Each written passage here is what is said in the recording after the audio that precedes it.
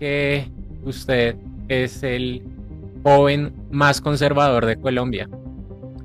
Tampoco tanto, pero tengo 19 años y pues llevo participando en política desde que tenía 11. Acá me dicen, no, quites esa corbata que lo que está es restándome votos. Que es muy triste ver como la elegancia en la política se ha perdido. Pide 1.000.000 de pesos y tiene que devolver en interés 400.000 pesos.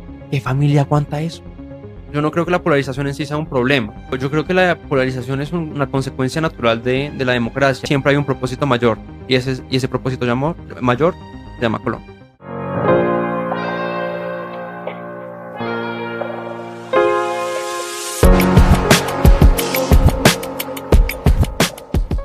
Hola, hoy en Barómetro Podcast estamos con Andrés Crone. Hola Andrés, ¿cómo estás? Hombre, Cristóbal, muy bien, muy agradecido por esta invitación y qué bueno que hayan montado este podcast Barómetro como lo montaron, muy chévere. A ti que puedas participar con nosotros en esta sección, Historias de mi Patria. Buenísimo.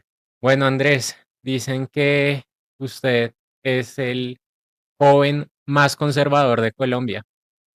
Bueno, no sé si lo digan, pero pues yo creería que efectivamente es cierto y yo tengo unas posiciones conservadoras muy claras que defiendo a cabalidad. ¿Qué posiciones? No, lo primero es que yo le pregunto a usted quién le está diciendo esas cosas, como para que me los presenten, para yo saber. Pero bueno, pues en primer lugar, yo soy conservador de doctrina, ¿sí? Porque yo creo que hoy en día mucha gente que se considera, no sé, de derecha, piensa que tiene que defender toda una línea de causas que no necesariamente todas son coherentes las unas con las otras. A mí me gusta leer mucho de teoría política, de filosofía, y así es que yo he venido construyendo mi pensamiento. Mi gran referente en la política es Álvaro Gómez Hurtado. Yo me considero alvarista de doctrina y yo creo en el acuerdo sobre lo fundamental que Álvaro Gómez proponía. Y lo primero es entender que el conservatismo no es equivalente a la derecha. Una cosa es ser de derecha y otra cosa es ser conservador. Ha habido conservadores de izquierda y liberales de derecha. Y en esa medida yo creo que lo importante es entender que el conservador defiende sobre todo la vida, la tradición, la familia. Yo creo que esas son las causas en las que yo fundamento mi accionar político. ¿Cuántos años tiene? Porque yo me equivoco con su edad, yo no sé. ¿Cuántos me pone? ¿Cuántos me pone? No, pues viéndolo así, yo diría que unos 23, pero he escuchado que mucho menos. Tampoco tanto, pero tengo 19 años y pues llevo participando en política desde que tenía 11.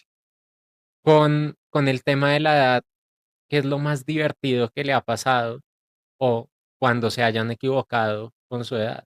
Hombre, demasiadas cosas, historias es lo que hay. Yo recuerdo con mucha gracia una oportunidad en donde yo asistí, yo tenía, no me acuerdo cuántos años, pero yo estaba en séptimo en el colegio, ¿no? En séptimo, pues a 3 años de estar en 11. Y, o no sé cuánto, no sé la matemática. Pero fui a la reunión a la que me invitaron y la persona que me había invitado me iba a introducir con los otros asistentes, todos metidos en política. Y me presentan, no, este es Andrés Crone, un joven metido en la política que ya está en séptimo semestre y ya se va a graduar como abogado. Yo me volteo y le digo, oiga, un momentico, yo estoy en séptimo, pero del colegio, de bachillerato. Y pues nos reímos, fue un momento muy cómico, pero pues efectivamente como joven que hace política, pues muchas veces la edad tiende a ser un factor interesante. Uno ve a Andrés Crone y lo ve muy arreglado, lo ve como un conservador de pura cepa, con su corbata azul, con su pañuelo, con su traje. ¿Por qué? Bueno, lo primero es que yo creo que la política merece respeto. La política exige seriedad y yo creo que la corbata es una señal de respeto y una señal inclusive de autoridad a la política. O sea, la política no es un chiste. Puede que a algunos les parezca así, pero yo creo que cuando uno hace política tiene que hacerla con seriedad, con contundencia, pero sobre todo con decisión. Y la corbata representa eso. Desde muy pequeño a mí mi familia me enseñó a vestirme bien.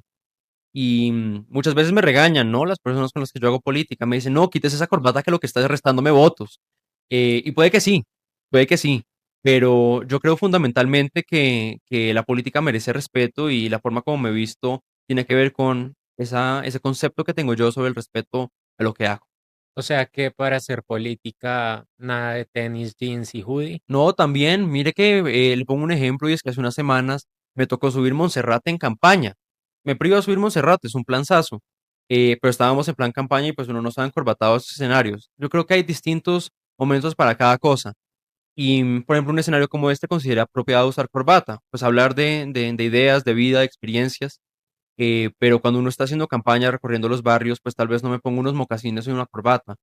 Pero la conclusión y lo que yo pienso fuertemente es que es muy triste ver cómo la elegancia en la política se ha perdido. A muchos les puede parecer un tema menor, pero yo veo el Congreso de la República, las sesiones plenarias del Congreso, por ejemplo, casi nadie tiene corbata.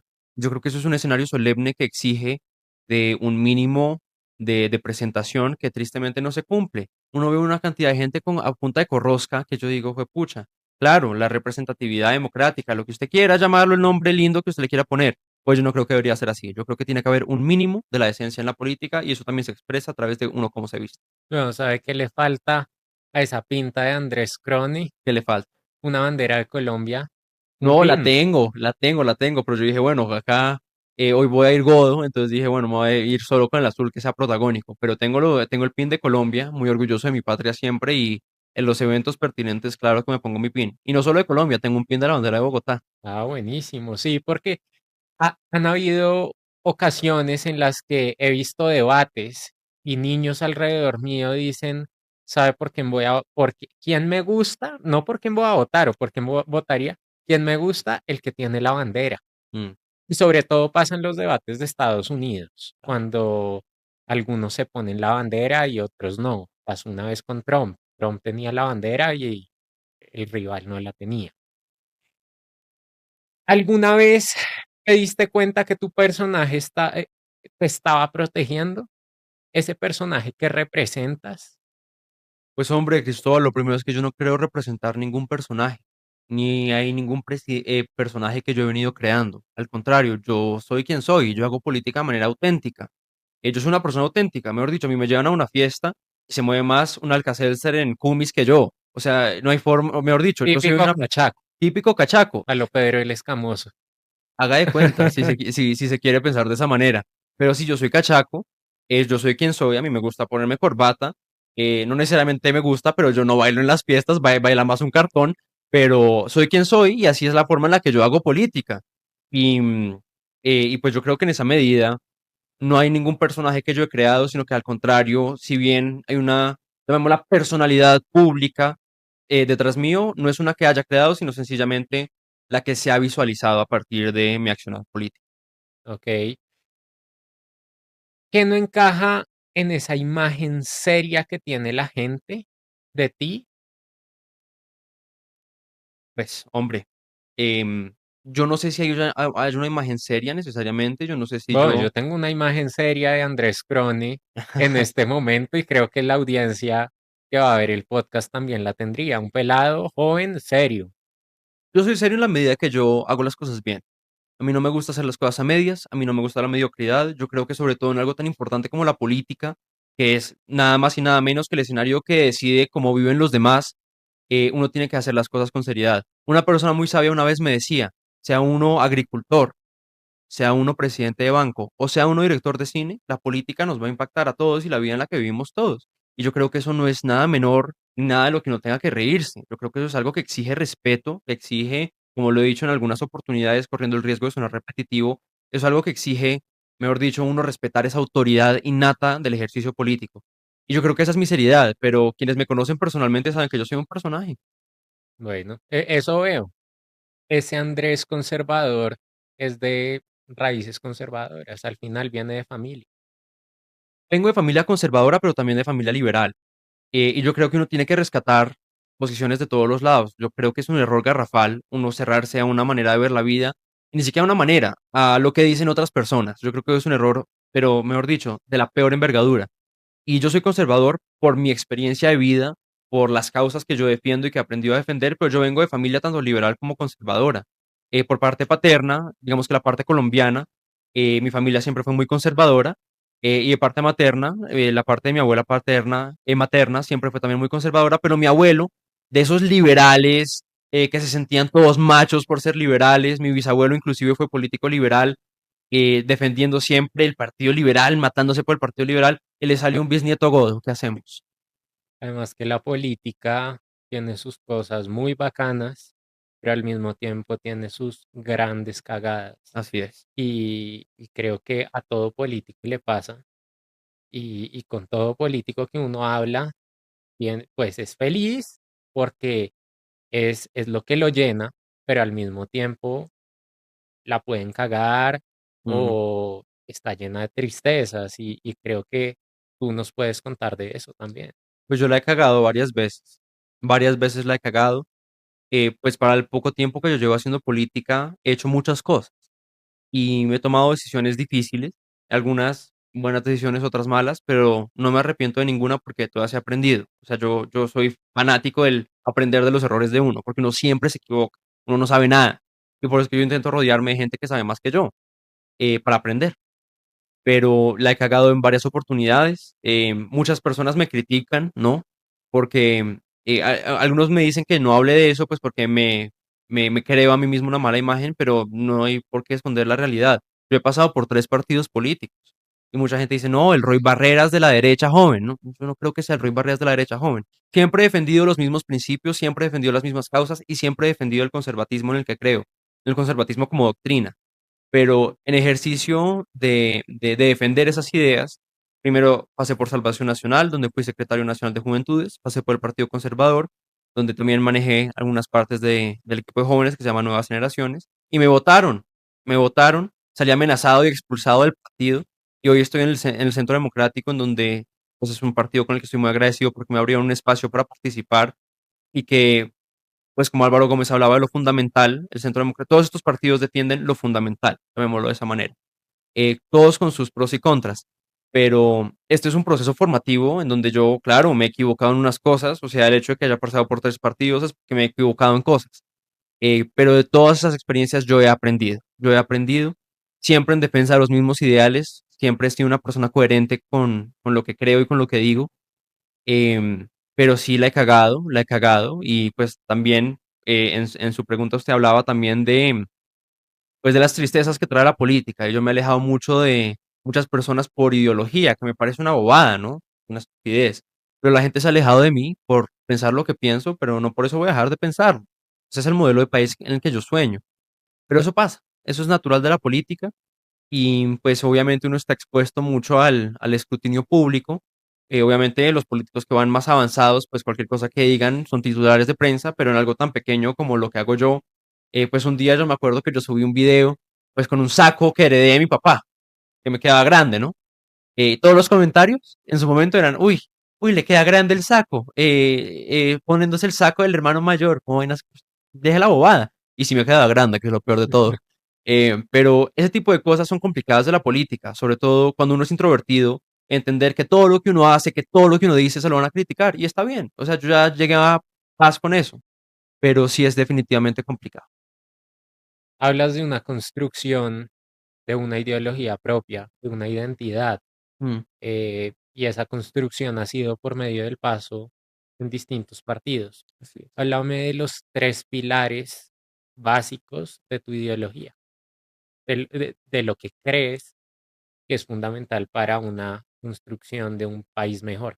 Lo primero, mucha gente de la derecha, por llamarla de esa forma, se escandaliza. Y digo derecha entre comillas porque etimológicamente derecha e izquierda solo significa si será jacobino o monarquista en la Revolución Francesa. Más allá de eso no significa más. Por eso es que existen, pues, doctrinas, ¿no? Y pues yo digo que la derecha se escandaliza porque mucha gente piensa que yo soy de derecha. Y claro que soy de derecha. Pero, por ejemplo, yo no creo en el capitalismo. Yo no soy capitalista. Yo creo en una economía social de mercado.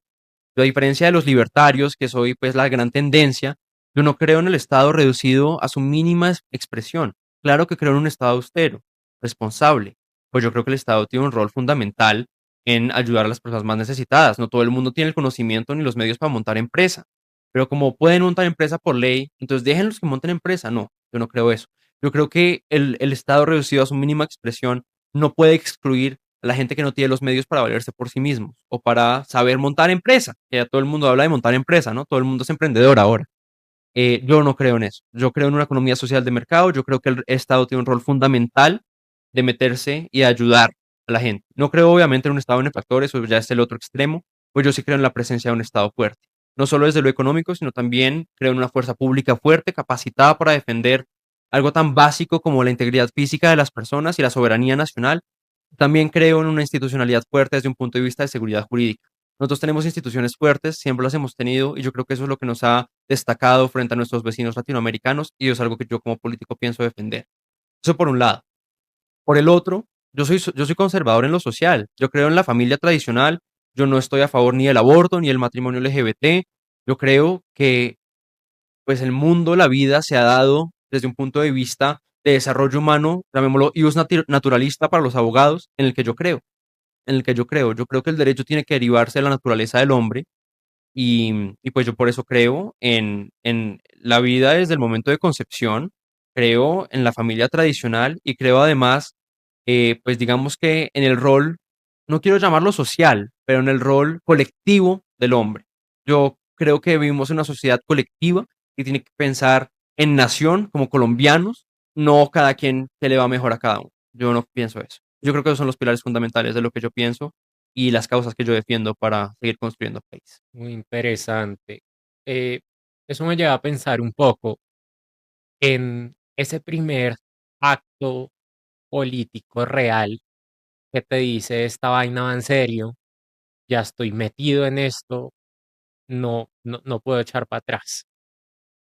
Hombre, lo primero es que el ser humano es un ser social, un ser político. Yo creo que todos hacemos política en todo desde que nos levantamos cuando estamos recién nacidos. Todo es político. Pero cuando yo empiezo a meterme en política activamente, yo primero lo hago que tenía 11, 12 años y qué más hace un niño de 11, 12 años, donde no me iban a recibir. O sea, yo no podía llamar a pedir una práctica, no sé, en Ecopetrol o en la constructora Bolívar o en Scandia, ¿no? ¿Quién me iba a recibir? Entonces yo me puse a pensar estratégicamente y yo dije, ¿a qué político no le conviene tener un niño sonriendo a su lado? Entonces dije, voy a meterme en política para empezar a adornar la hoja de vida, porque mi plan para ese momento era tener una buena hoja de vida, aplicar a una buena universidad fuera, que me vaya bien en la universidad y llegar a montar empresa y ser el hombre más rico de Colombia. Yo quería eso. Entonces me di cuenta que eso era una bobada. El que quiera hacer eso con su vida, perfectamente respetable. Financiame las campañas.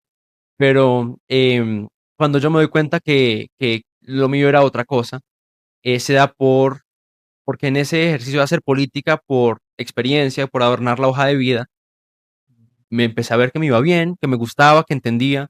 Y como yo leo mucho de filosofía, de pensamiento político, yo dije, no, acá hay unas causas que toca defender. Yo empecé a tener, digamos que, un sentido social, colectivo, nacional, de cosas que toca hacer. Empecé a tener una conciencia política. Y, y pues yo arranqué en la política, pues con algunas personas que me abrieron la puerta en su momento, pues por ideología o por doctrina, yo dije que tal vez no era mi escenario, pero cuando yo arranqué, yo dije, listo, esto es lo mío, y me puede ir bien. Y lo chistoso es que un día en el radio, cuando uno pone el radio a las 6 de la tarde, suena el himno nacional. No me pregunten por qué, suena como una bobada, una total y absoluta idiotez. Pero yo estaba oyendo el himno nacional y se me vino a la cabeza una imagen de yo posesionándome como presidente de la República en la Plaza de Bolívar. Y me gustó la imagen. No sé si quiera ser presidente y menos si lo vaya a hacer. Puede que la vida me mande por otro lado y no le cierro las puertas a eso. Uno no puede encasillarse en una sola cosa. Pero esa visión o esa imagen me llevó a entender que lo mío era la política. Y me encanta lo que hago. Yo creo que uno de mis principales retos es que la gente vuelva a confiar en la política, porque yo quiero ser un político de oficio. Esos burócratas que viven del Estado siempre, lo que todo el mundo critica, eso es lo que yo quiero que la gente vuelva a confiar en los políticos, porque es muy fácil criticar la política, pero muy difícil hacer. Churchill decía muy acertadamente que la democracia es el peor sistema de gobierno, pero el mejor dentro de los que hay. Y si decimos defender la democracia, pues también decimos defender la existencia de partidos y de políticos de oficio. Y yo creo que no, que es un error muy grave esa tendencia contemporánea de que todos los políticos que nos gustan son outsiders que nunca han hecho política. Yo creo en la política como profesión. Es algo que yo estoy empezando a hacer, que voy a intentar hacer siempre con las con los mayores aprendizajes que me han dado las personas que he conocido y también haciendo el mejor esfuerzo. Que, bueno, eh, lo que acabas de decir me lleva a dos partes. La primera es, ¿cuál es esa aspiración política de Andrés Crone a corto plazo? Porque hablas de financiación, No, hablas pero de a modo de querer chiste. ser presidente. No, no creo. Pero a corto plazo, ¿qué piensas? Pues a mí me han hecho ofrecimientos, ¿no? Eh, Cuando ven que uno puede tener uno que otro voto, pues le empiezan a ofrecerle cosas. Me han ofrecido ser parte de algunas listas, algunos cargos de elección popular, me han ofrecido plata para campañas y a todo le he dicho que no, a todo le he dicho que no porque yo creo que mi ejercicio político no es lo que alguien más me diga que yo haga, sino lo que yo considero pertinente hacer por convicción. por convicción. Estoy evaluando si participar en las próximas elecciones regionales de 2027, donde se eligen alcaldes, ediles, concejales, diputados, gobernadores, participar en esas elecciones. No he tomado ninguna decisión, pero lo que sí puedo decir es que esperen que me iban a venir una que otra campaña en los próximos años. Estarás en los tarjetones. Estar en los tarjetones con la ayuda Bu- de Dios. Buenísimo. Suerte, suerte en eso a futuro. La necesitaré. Muchas gracias, muchas gracias. Bueno, lo segundo, eh, hablas de que quieres ser un político, burócrata, que es lo No, que no, no, tantos yo no critican. dije eso. Yo dije que la gente lo señala como tal. Yo dije que la gente lo Bueno, señala como tal. pero que quieres hacer parte de ese mundo Sí, que la gente señala y critica, sí. ¿sí? Entonces, la pregunta va hacia qué le criticas hoy todos esos outsiders que tenemos en la elección presidencial, como son, se me ocurren dos nombres, Abelardo de la Espriella y Santiago Botero. Lo primero, antes de hablar de esos dos casos en particular, es que obviamente uno tiene que entender y reconocer de dónde viene todo este sentido de antiestablecimiento, ¿no? Obviamente el Estado, los políticos le han fallado a sus electores, al pueblo, si se quiere, y eso toca reconocerlo y uno como político no puede negarlo, Es un ¿sí? malestar social. Álvaro Gómez hablaba del régimen.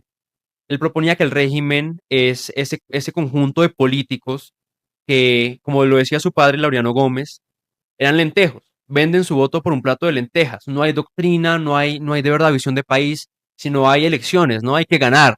Y uno tiene que ganar como sea, y uno tiene que llegar a hacer acuerdos, y si uno tiene que votar a favor de algo con lo que uno no está de acuerdo para seguirse religiendo, lo hace. Eso es lo que nos llevó a donde estamos, el régimen de Álvaro Gómez, que hoy está más presente que nunca. Eso es una realidad. Pero por lo mismo, ese régimen es lo que toca combatir y a mi modo de ver toca combatirlo desde dentro. Yo no creo que la solución para hacer política sea criticar la política. O pongo una analogía un poco boba, pero no por eso menos cierta. Uno no puede vender naranjas hablando mal de las naranjas del puesto vecino. Yo creo que muchas veces estos políticos outsiders, eso es lo que hacen, porque al final del día se están lanzando un cargo de elección popular como políticos, ¿no? Entonces uno no puede hablar mal de la política haciendo política, menos de la democracia. Ha habido errores, claro que sí. Y yo creo que el esfuerzo para remediarlos tiene que ser desde dentro de la política. Claro que uno necesita el sector privado, uno necesita plata para las campañas, obvio. Uno siempre tiene que mantener, primero, la ética y la moral, hacer las cosas bien. Y toca defender unas causas y ser coherentes con lo que uno piensa. Así a veces toca cambiar de partido en los distintos escenarios Ser en el los que uno Roy puede joven de participar. la derecha. Así me dicen mis detractores. Sí. Perfecto, están en todo su derecho, es un país libre. Pero me enorgullece de haber tenido experiencias y aprendizajes, eso es lo más importante. Pero cierro con esto que en esos dos casos puntuales, no voy a hablar de si estoy de acuerdo con ellos o no, pero me parece que cometen un grave error basando su campaña en hablar mal de todo el mundo. Mal ahí. Por ejemplo, Salvación Nacional hoy está asumiendo una posición de crítica al centro democrático. Está bien que lo hagan, ni más faltaba. O sea, es la posición que tienen que defender. Pero, pero todos estamos acá luchando por lo mismo y el enemigo no está acá, está en otro lado. Y yo creo que ese es el enemigo que toca combatir desde la política. Y yo hago un llamado a todos los jóvenes o todas las personas que estén viendo esto que les interesa la política, meterse en política. Es que lo que pasa es que como la política está tan desprestigiada, nadie se mete. La gente que podría ser excelentes parlamentarios o excelentes políticos en cualquier capacidad, no lo son porque qué asco la política. No, así no vamos a llegar a ninguna parte. Yo prefiero incomodarme, salir de mi zona de confort, que la gente hable mal de uno, pero participar y defender la patria de uno. Eso es lo que yo pienso. Hablas de que te metes en política a los 11, 12 años más o menos. ¿Qué es lo más doloroso que tiene que ver Andrés Crone de niño, adolescente, en política? ¿Qué es esa desilusión más grande al entrar a ese mundo donde son puros adultos y era el niño estrella de las campañas, digámoslo así? Lo que más me desilusionó fue los intereses. Hay muchos intereses en la política, eso no es un secreto para nadie. Pues yo nunca pensé que uno tan pequeño, con tan poca experiencia política de vida, fuera parte de esos intereses. Cuando a mí me empiezan a ofrecer plata para lanzarme, yo digo como, wow, wow, wow, un momento, deténgase. Estoy defendiendo qué intereses. Obviamente hay unos intereses. Cuando a mí me amenazan, que me han amenazado, pues obviamente es porque yo estoy incomodando otros intereses. Y así sucesivo y reiterativamente. Uno piensa que eso es solo de la gente grande, ¿no? Parlamentarios, ministros, presidentes, no. Como jóvenes, uno es parte de ese problema. No, al revés, no, voy a parafrasear. Uno es parte del problema, sino que uno se mete a un mundo muy problemático. Hablo de eso porque muchos políticos, no voy a decir nombres, hacen sus campañas eh, alabándose a sí mismos Mm. porque incomodaron los intereses de políticos tradicionales quizás o de otros políticos y por eso te preguntaba que si creías como un éxito personal esa incomodidad que generaste dentro de un partido. En alguna medida sí, y en alguna medida no. Yo creo que fue un éxito entendiendo que eso me permitió darme cuenta de que yo estaba en un lugar en donde no me querían y que yo estaba en un lugar que no me hacía bien. ¿M? El Partido Conservador, pues mi familia conservadora, pues ha sido el partido de mi familia de toda la vida. Yo como conservador, pues obviamente no hay nada que quisiera más que ver un partido conservador defendiendo lo conservador y fuerte, pero hoy el Partido Conservador es una vergüenza para muchos conservadores, porque como Álvaro Gómez, lo he citado como 5 veces, decía muy acertadamente que hay más conservatismo que partido conservador. Y eso es cierto, porque al menos en el Centro Democrático, que es un partido de bases liberales, pues hay un espacio en donde los conservadores participamos, hay muchos conservadores en el partido. Tristemente a los conservadores no siempre nos va bien. En el Centro Democrático por ahí estamos. Y, y yo creo que hay unas causas que toca defender en coherencia también con las tesis del Centro Democrático que desde luego comparto, sobre todo la seguridad democrática. Pero eso me permitió salir de ese hueco que era tan dañino, pero yo no me arrepiento de nada, yo no me arrepiento pues de tomar las decisiones que tomé, así me hayan costado mi cargo y me hayan llevado a ser amenazado. Pero no me arrepiento. Yo creo que fue un éxito personal, pero fue muy desafortunado, pues porque, como hace un momento nos reíamos, pues hay gente que me ve como el Roy Barreras de derecha. Y pues yo me he ganado esa imagen, no puedo decir que no. Pero si la gente supiera lo que uno vive, si la gente supiera las decisiones que uno tiene que tomar, las posiciones en las que uno está, tal vez no serían tan críticos tan rápido. Eres un joven conservador, em, pero de todas formas joven, y eso para muchos es extraño, por lo que me gustaría preguntarte, ¿qué es lo más liberal siendo conservador en tu pensamiento o o en tu ideología? Antes de contestar eso puntualmente, me permito decir que esa concepción de que el joven es liberal e izquierdoso es paja. Eso es falso. Sobre todo en esta época. Más que nunca los jóvenes somos conservadores. No es sino mirar el caso de Europa, España, Hungría, lo de los mismos Estados Unidos. O sea, el mundo está yendo a un conservatismo que hace mucho tiempo no se iba, sobre todo por culpa del globalismo de la década pasada, protagonizada por figuras como Juan Manuel Santos o Barack Obama. El mundo está rectificando y los jóvenes cada vez más estamos defendiendo posiciones conservadoras. ¿Y qué son las posiciones conservadoras? La familia, la vida, la seguridad, la democracia. Eso hoy los jóvenes lo estamos defendiendo mucho. Fueron los jóvenes quienes llevaron a Donald Trump a la presidencia en los Estados Unidos. A mí no me mata Trump, pero pues era quien representaba las ideas conservadoras en Estados Unidos. En España, no es sino ver las juventudes del PP o de Vox. En Italia, el partido de Giorgia Meloni. No recuerdo su nombre, pero tiene una participación joven. Fratelli Fratelli d'Italia. d'Italia, tiene una participación de jóvenes importante. En las mismas redes sociales, pues cada vez uno ve más jóvenes defendiendo lo conservador. Y eso en el caso colombiano pasa. Yo me pongo a comparar lo que son las juventudes, llamémoslo de Salvación Nacional, del Centro Democrático, algunas corrientes del Partido Liberal y de otros partidos, las comparo con las juventudes de izquierda de Colombia.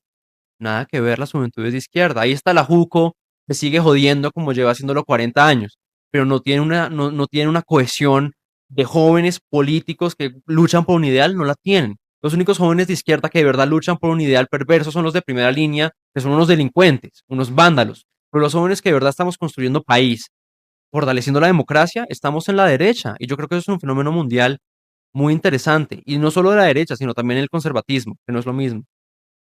Y en cuanto a mi posición más liberal, yo tengo muchas posiciones que se pueden entender más de izquierda y otras más de derecha, pero yo fundamentalmente soy conservador. Pero mi posición más liberal tal vez tiene que ver con,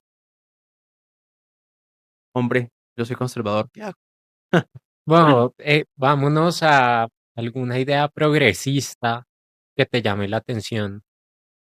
Yo tengo mucha sensibilidad con la pobreza y yo no comparto esa perspectiva corporatocrática de que siempre la empresa privada es quien tiene que privilegiarse siempre y que la gente puede ser tan rica como quiera sin ningún problema. No, yo no lo comparto. Obviamente yo pienso que quien tiene que generar riqueza y empleo es el sector privado, obvio, y además yo vengo de familia de empresarios.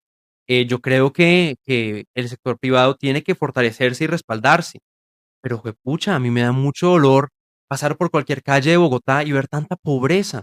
Ahora que estoy respaldando una campaña al Congreso que he podido estudiar las cifras, el problema del gota a gota es una cosa que a mí me duele mucho.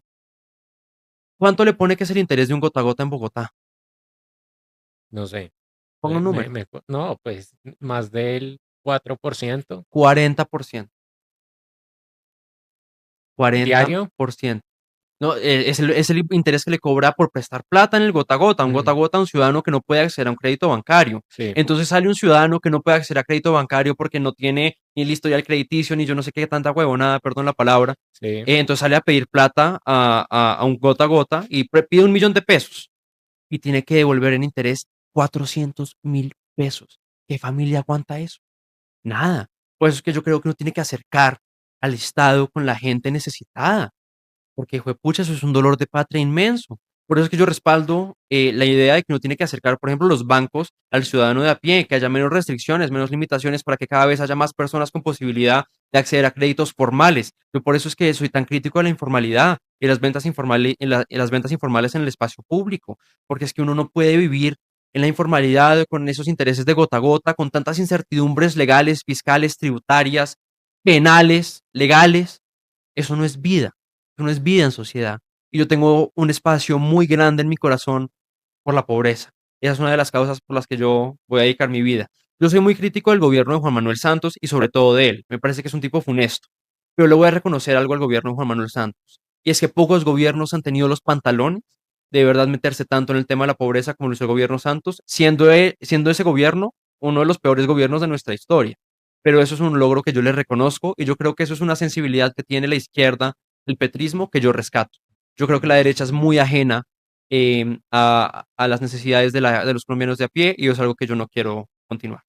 Es lo más duro de vivir en un país polarizado. La polarización de por sí no es mala. Yo no creo que la polarización en sí sea un problema.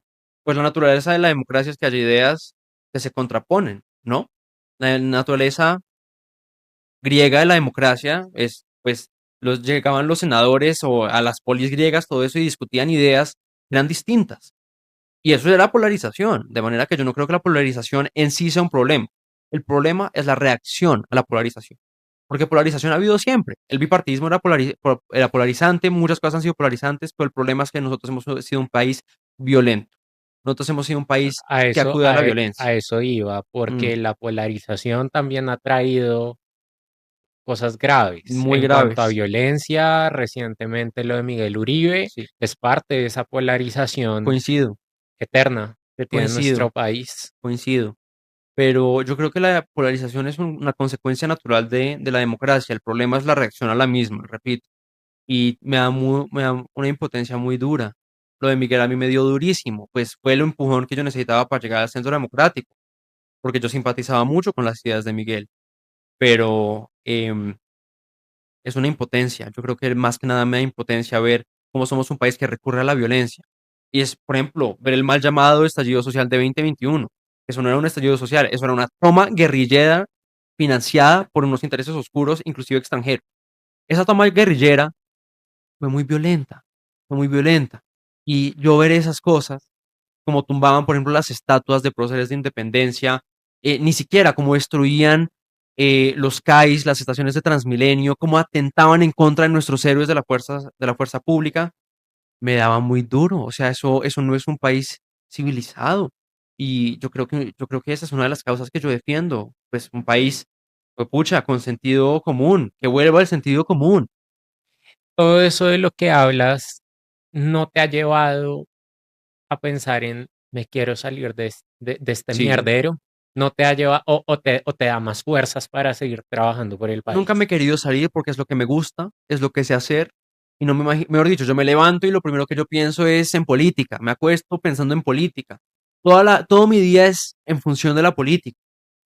De manera que yo no me imagino un mundo en donde yo no esté haciendo política. Es lo que sé hacer, es en lo que soy bueno y es lo que me mantiene vivo. Pero es un mundo complicado que me ha hecho reflexionar muchas cosas.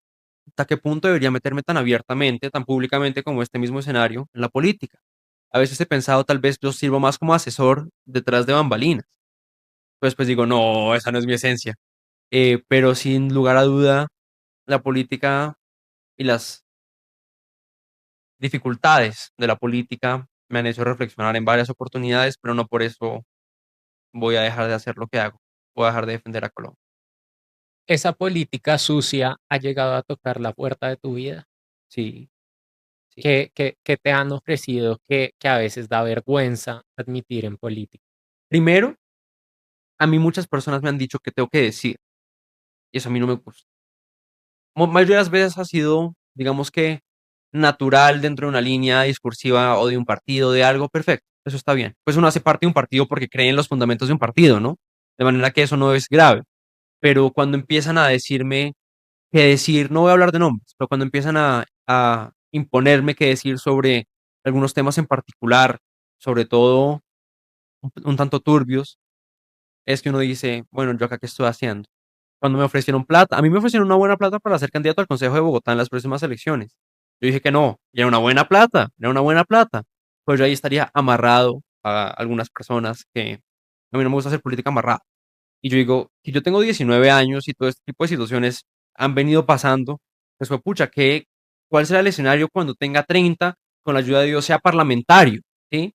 Es un mundo complicado, uno tiene que saber, uno tiene que tener sobre todo la convicción moral de hacer las cosas bien, porque si no, este no es el mundo para uno.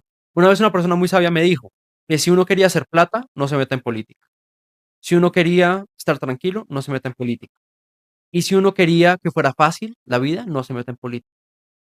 Ese Eso, no es el camino que ese, claramente ese no es. elegiste. Elegí un camino distinto, elegí un camino complicado, un camino en donde la gente me critica mucho, un camino en donde por asumir posiciones me distancio de gente cercana y un camino en donde llegan ese tipo de ofrecimientos y ese tipo de amenazas y presiones. Pero uno tiene que tener la convicción de que, como dice el presidente Uribe, siempre hay un propósito mayor y ese propósito mayor se llama Colombia. ¿Qué error crees que has cometido en política? No, pues todo. Uno, ¿Qué error he cometido en política? Pensar que porque la gente que está alrededor de uno sabe más, tiene el mejor interés de uno en la mente. Muchas veces uno hace lo que otra gente le dice porque no, es tremenda eminencia. Grave error. Uno tiene que tener criterio propio. ¿qué parte de ti quiere poder? Pues yo creo que ser político naturalmente tiene que ver con vocación de poder, pero el poder también está muy satanizado. Yo no quiero el poder para ser, yo quiero el poder para ser, que es la gran No diferencia. tienes miedo de ese poder? Sí, obvio, me da pánico, pues ya en sí, no, yo no tengo ningún cargo público, pero ya el solo hecho de haber sido cabeza, llamémosle de alguna forma, de equipos de jóvenes, de partidos, haber tenido que liderar procesos, pues ya en sí me ha dado miedo, porque hay procesos, cosas que dependen de uno, y no son si usted tiene plata al final del día o no, sino es la vida de la gente, obviamente en su debida proporción. Eso me da pánico. Me da pánico, pero por eso es que me estoy formando en la universidad, porque yo creo que uno no puede hacer política porque sí, porque ajá, uno tiene que formarse, educarse y prepararse. Y eso es lo que yo estoy haciendo para poder tener la capacidad de asumir esos cargos de poder. De llegar a un cargo de elección popular, como hemos venido hablando, ¿qué sería lo que nunca negociarías? Principios. ¿Qué principios? Primero, uno tiene que hacer las cosas bien. A mí me pueden ofrecer, no sé, por decir cualquier bobada. Mañana usted puede ser presidente de Colombia, pero no, yo no me meto en eso. Yo no estoy para esos eventos y dale a otro. Yo creo que los principios, más allá de la doctrina, que también la doctrina para mí es inamovible, cambiante, pero inamovible. eh, yo creo que uno no puede dejarse llevar por buenas oportunidades. Yo no creo en la suerte. Yo creo que la suerte es una mezcla de oportunidad con experiencia y preparación. Y en ese sentido, yo creo que uno tiene que tomar las oportunidades, pero nada en la vida es gratis ni nada en la vida es regalado. O sea, todo siempre tiene un costo y uno tiene que saber medir esos costos. De manera que eso es mi límite grande, hacer las cosas bien. A mí me educaron toda la vida como una persona buena que hace las cosas bien. Yo no me voy a salir de esa educación. A hoy, para Andrés Crone, ¿qué pesa más? ¿Hacer una campaña política o estudiar derecho? Yo creo que lo estoy manejando muy bien porque las dos cosas son importantes y ninguna es más importante que la otra.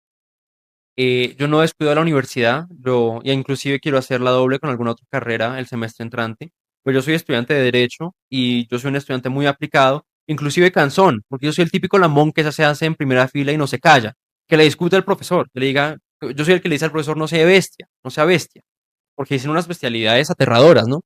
Pero yo soy un estudiante muy aplicado, yo estudio mucho, leo mucho, todas las lecturas, no hay una lectura de la universidad que me pongan que yo no lea, una.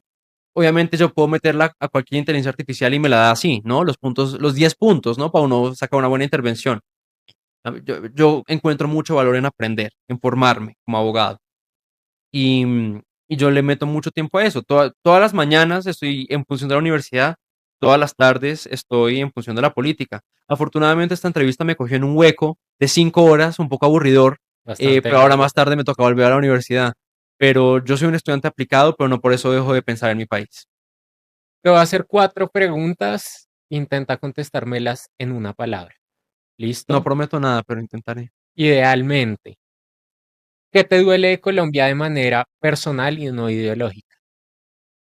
Violencia, ¿Qué te da esperanza en Colombia que otros no están viendo en este momento? juventud, ¿Qué parte del país no escucha la Bogotá política? la Colombia profunda. ¿Qué conversación o sobre qué tema nos hace falta tener una conversación a los jóvenes de bandos distintos? Doctrina, no se habla de doctrina. Andrés, para terminar, si pudieras volver a hablar con tu papá hoy, ¿qué le dirías en una frase? Yo hablo con mi papá todos los días. O sea, yo todos los días se los dedico a él y eso, a mi modo de ver, es una forma de hablar con él. Em, ¿Qué le diría? Que me ilumine, me dé fuerzas y me dé inteligencia. Que no me deje, que no me deje equivocar. ¿Qué te gustaría que Colombia conserve en los próximos 20 años? Su identidad hispánica. ¿Crees que se está perdiendo o se Sí. podría No, perder? no, no se está perdiendo. La están cribillando unas fuerzas oscuras perversas. O sea, están intentando acabar con lo que es ser colombiano, con la colombianeidad que heredamos de esa tradición hispánica que nos define como pueblo. La están intentando acabar a la fuerza. No se está perdiendo. Algunos dicen que se está perdiendo. No, no se está perdiendo. La están acabando. Y eso es lo que toca combatir. ¿Cuál es tu miedo más grande hoy, tu esperanza más grande para el futuro? Mi miedo más grande soy yo mismo. Yo cometo errores. Yo, pues, me estoy formando hasta ahora. No, no, mejor dicho, yo no sé nada, ¿no? Nadie sabe nada realmente. Todos somos imperfectos. em, Porque no hay nadie perfecto ni nadie que se las sepa todas. Y me da pánico equivocarme, o sea, cada vez que yo vengo a un espacio como este, por ejemplo, yo a veces salgo y digo, uy, qué barbaridad la que dije, ojalá no me la saquen en 20 años. Eso me da miedo, pero mi mayor esperanza tal vez, yo creo que es la capacidad de hacer equipo. Por mucho tiempo entendí la política como algo, un proyecto individual mío, pero en los últimos años he hecho un esfuerzo muy grande por construir equipo, por pensar no solo con mi cabeza, sino con otras críticas de mí, de mi forma de hacer las cosas, porque yo necesito que me critiquen para mejorar. Y esa es mi concepción ahora. Si uno hace un buen equipo, hay buen futuro. Y finalmente, ¿qué te gustaría que la gente no asuma de ti por ser conservador? Si uno es un retrógrado, ser conservador es todo lo contrario de ser retrógrado. Es uno pensar que el humano tiene valor. El retrógrado es otro. Andrés, muchas gracias por participar en Historias de mi Patria, en Barómetro Podcast. Gracias por asistir a Corporación Pensamiento Siglo XXI. Desde todo nuestro equipo, te agradecemos por la visita. de hoy y por esta conversación tan agradable. No, muchas gracias por la invitación. Eso sí, le deseo la mejor de la suerte a este podcast y a esta casa que tanto respeto. Súper invitado a una siguiente ocasión. Yo veré.